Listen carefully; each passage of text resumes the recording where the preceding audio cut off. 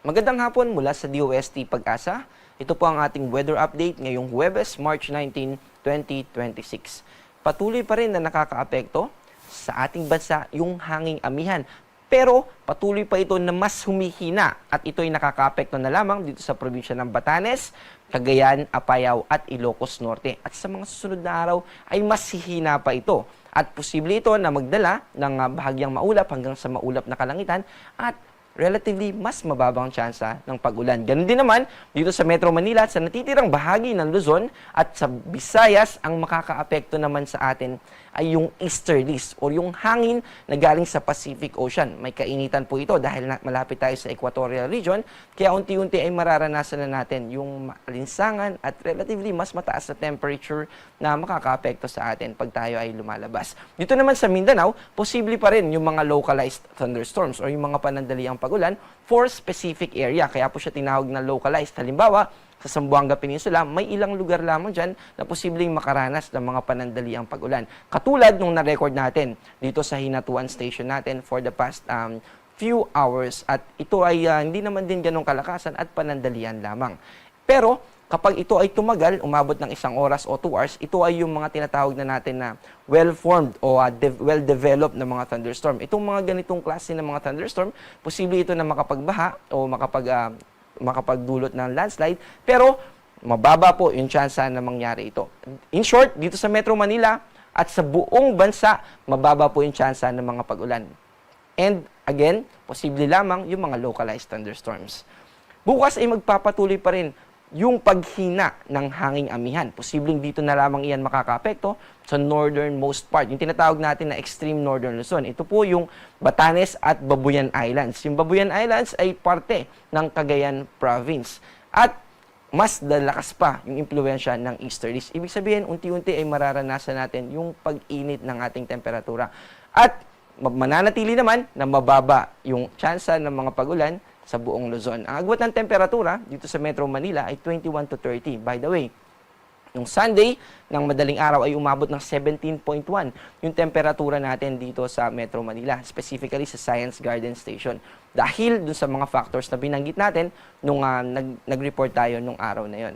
At dito naman sa Baguio, 13 to 21 degrees Celsius yung magiging range ng ating temperature. At sa Legazpi ay 22 to 30.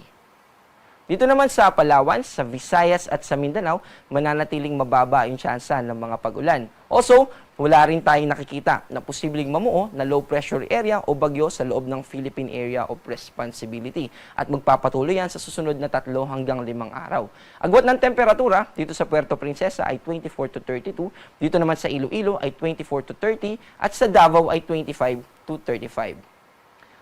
Tulad ng binanggit natin, unti-unti na tataas yung temperatura natin at kasabay din ito yung pagbaba din ng maximum wave height na posibleng maka-apekto sa mga kababayan natin na mga isda at seafarers. Ang pinakamataas na alon na posible nating ma-encounter kapag tayo pumalaot ay 2.5 meters. Mas bumaba na yan compared kahapon na posible pang umabot ng 3.1. At nakikita rin natin na posible pa na magpatuloy yung pagbaba ng pagtaas ng matataas na alon na posibleng makaapekto. Pero kung maliliit na sasakyang pandagat yung ating gagamitin, tipong yung mga localized thunderstorms ay pwedeng makaapekto sa atin, mag-ingat pa rin po tayo. Para sa magiging lagay ng panahon natin sa susunod na 3 araw, simula Saturday hanggang sa Monday, buong Luzon po, mababa yung tsansa ng pag-ulan. Pero kung papansinin natin, yung temperature trend, paakyat po. Ibig sabihin, painit yung nakikita natin. By weekends, mas makakaranas tayo ng maalinsangang panahon.